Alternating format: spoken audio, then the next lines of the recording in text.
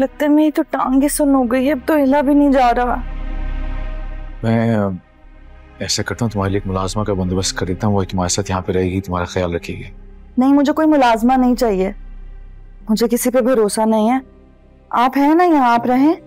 मैं नहीं रह सकता। हाँ तो ठीक है, जाएं फिर। कि झूठा दिखावा करने की भी जरूरत नहीं है, मुझे नहीं चाहिए आपका एहसान, चले जाएं आप यहाँ से। पहले खाने के वक्त भी मुझे अकेला छोड़कर चले गए, मेरे साथ खाना नहीं खाया।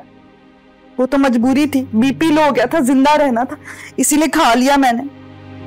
ठीक है, जाएं आप, जाएं, मुझे कोई एहसान नहीं चाहिए आपका, जाएं, चले जाएं आप। अकेली ही रह लूंगी मैं, ठीक हूँ।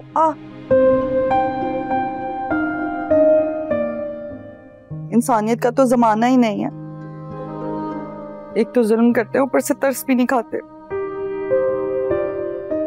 अल्लाह।